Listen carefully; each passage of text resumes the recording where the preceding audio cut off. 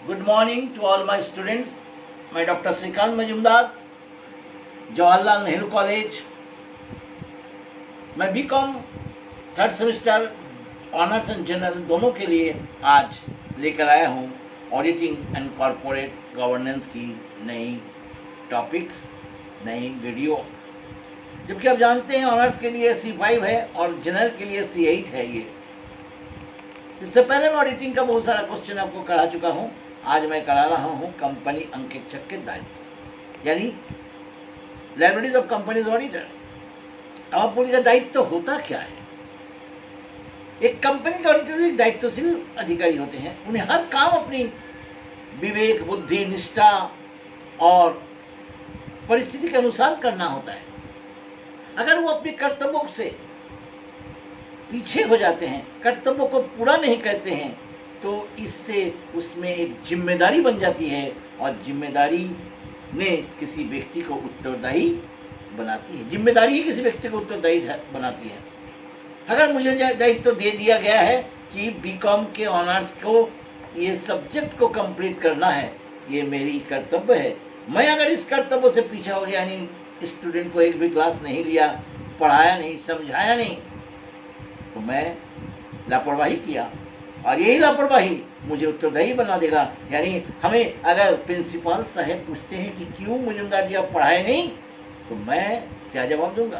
क्योंकि मेरी यही लाइब्रेरीज होगी, मेरी उत्तरदायी। अगर वो पनिशमेंट देते हैं तो मुझे पनिशमेंट ग्रहण करना होगा। ठीक उसी प्रकार से एक अंकेक्षक को भी कंपनी के कार्य को पूरे मुस्तैदी के साथ करना है, ईमानदारी के साथ करना है। अगर वो किसी प्रकार से बेईमानी करता है तो निश्चित रूप से जानिए कि ये उसकी दायित्व उस पर उत्पन्न हो जाती है। आइए आज ऐसा ही एक क्वेश्चन मैं आपको बताता हूँ। In what circumstances an auditor में बी क्रिमिनल लिएबल। एक अंकेक्षक को किन किन दशाओं में सापराध कार्यों के लिए उत्तरदायी ठहरा? सापराध माने अपराध सहित। अपराध एक कंपनी ऑडिटर के दायित्वशील अधिकारी होते हैं। दायित्व का संबंध जिम्मेदारी से होता है। एक अंकेक्षक को अपना अंकेक्षण संबंधी कार्य बुद्धि, विवेक, निष्ठा, चतुराई और परिस्थिति के अनुसार करना चाहिए, क्योंकि यही उनका दायित्व होता है। कर्तव्य भंग होने की दशा में ही जिम्मेदारी का जन्म होता है तथा जिम्मेदारी ही किसी व्यक्ति को उत्तरदायी बनाता है। इंडियन कंपनीज एक्ट 2013 की अवस्था में एक अंकेक्षक की नियुक्ति की जाती है। इसके दायित्व का निर्धारण अधिनियम की व्यवस्थाओं के ही आधार पर निर्धारित होते हैं। उनकी दायित्व इन अधिनियम की व्यवस्थाओं के ही द्वारा निर्धारित होता है। क्या दायित्व उन पर आइए। अधिनियम के अनुसार अंकेक्षक को दो दायित्व उत्पन्न होते हैं, एक दीवानी दायित्व सिविल लायबिलिटीज और एक सापराध दायित्व क्रिमिनल लायबिलिटी। अब सवाल है कि सापराध दायित्व क्या है?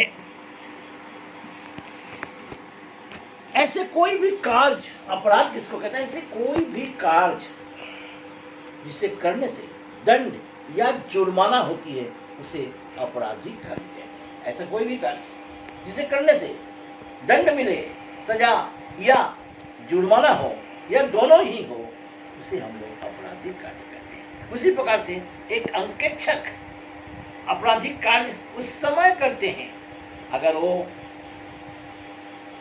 कोई ऐसे आपराधिक कार्य करता है तो उसके विरुद्ध न्यायालय में मुकदमा चलाया जा सकता है।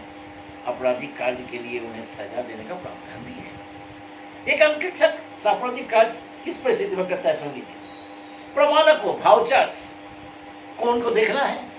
भाउचर्स में धोखा देने के उद्देश्य से परिवर्तन कर दिया, मालिक के अनुसार भाउचर्स में एक है, उसी को परिवर्तन कर दिया जिससे कि मालिक को फायदा हो और सरकार को हानि।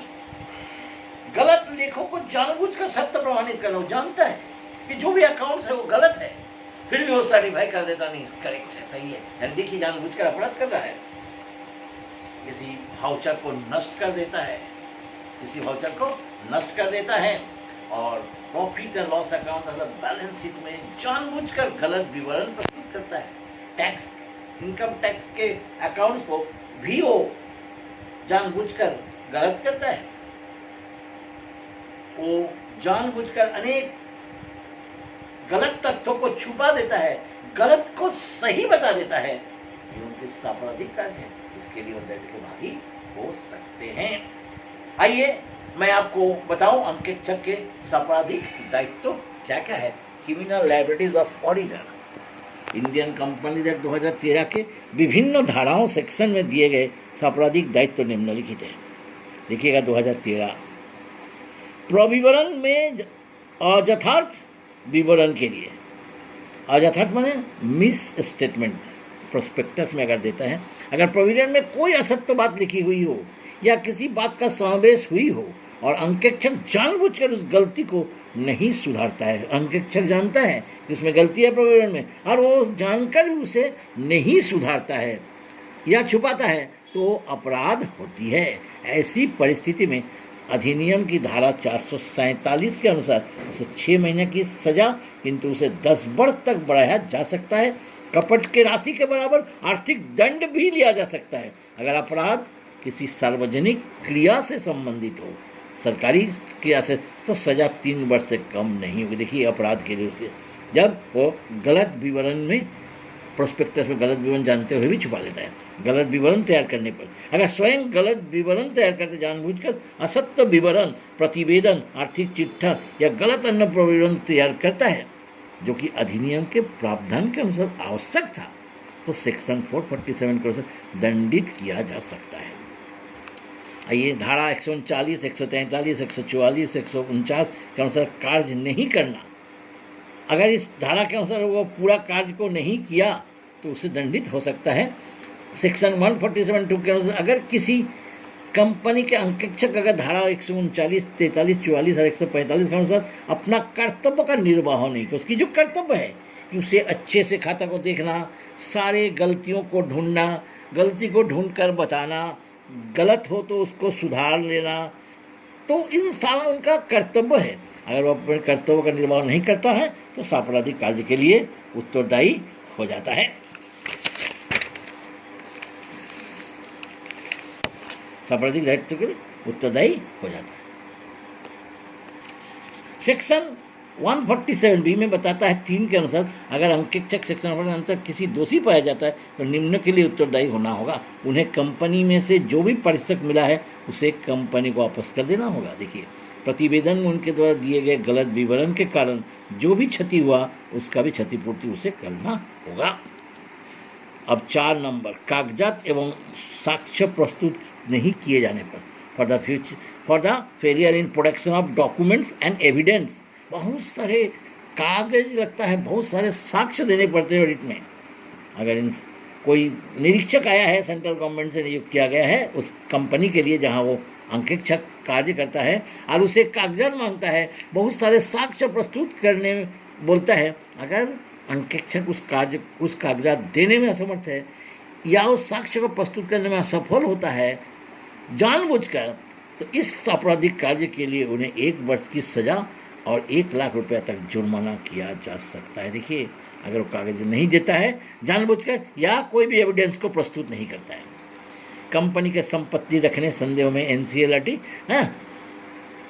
Law tribunal, national council of law tribunal के द्वारा किसी व्यक्ति के सम्मन जारी करने का अधिकार यह है। समय अंकेक्षक इस सारे देखिए कंपनी के अपराधी अधिकारी या सदस्य पर अभियोग चलाया जाना, ये सारे उनके आपराधिक कार्य है जो कि national council of law tribunal से प्रतीत होता है, तो उसे अधिक दंड दिया जा सकता है। किसी अपराध के दोषी पाए जाने से उसे दिया जाएगा। कपटता से विनियोग के लिए प्रेरित करना, हाँ ये भी बहुत अच्छा है। अगर वो विनियोग के लिए प्रेरित करता है कपट से, जानता है ये विनियोग गलत है, कंपनी में ये हाँ इन्वेस्ट करना गलत है, लेकिन वो लोगों को बताता है विनियोगकारी को कि ये सही है, सब कुछ गलत डेटा देकर उसे प्रेरित करता है और बाद में अगर कंपनी को पता चल जाता है कोर्ट को कि ये गलत है तो उसके अनुसार उसे दंड प्रदान किया जाता है। इसलिए कपटता से विनियोग के लिए प्रेरित करना भी अंकेक्षक के लिए एक आपराधिक दायित्व है। कुछ मुकदमे हैं, देखिए ये मुकदमा 2 हमने दिया है। डम्बल्स बैंकिंग कंपनी लिमिटेड और ढाकेश्वरी कॉटन मिल्स लिमिटेड, दोनों ही परिस्थिति में न्यायालय ने अंकेक्षक को दोषी सुनाया। इसमें जानबूझकर बैलेंस शीट में कैश बैलेंस को कम दिखाया, जो अपराध है जानबूझकर, तो अंकेक्षक को जेल की सजा सुनाई।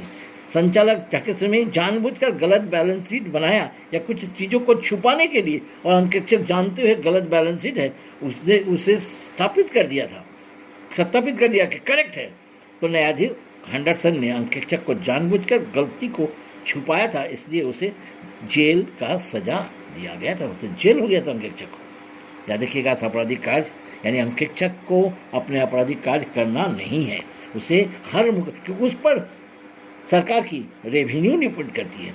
सेक्शन 629 में भी देखिए स्टेटमेंट, हाँ, ये भी ऑडिटर का इनकम टैक्स में भी अगर छुपाता है कुछ तो उन्हें आपराधिक 6 मंथ से लेकर 1000 रुपये तक दोनों ही हो सकता है। यहाँ भी इम्प्रिजमेंट यानी ये देखिए, ये सब भी आपराधिक, यानी हम समझ गए कि अंकेक्षक को आपराधिक कार्य नहीं करना है, आपराधिक कार्य नहीं करना है। ये तो था ये, और एक और आप लोग देख लीजिए जीके का, कंट्रीज ऑफ द वर्ल्ड, ये भी आपको आज मैं दिया हूँ एक पेज, इसको जरा रख लीजिएगा, इसका पूरा कंटिन्यू आगे करूँगा। हो गया।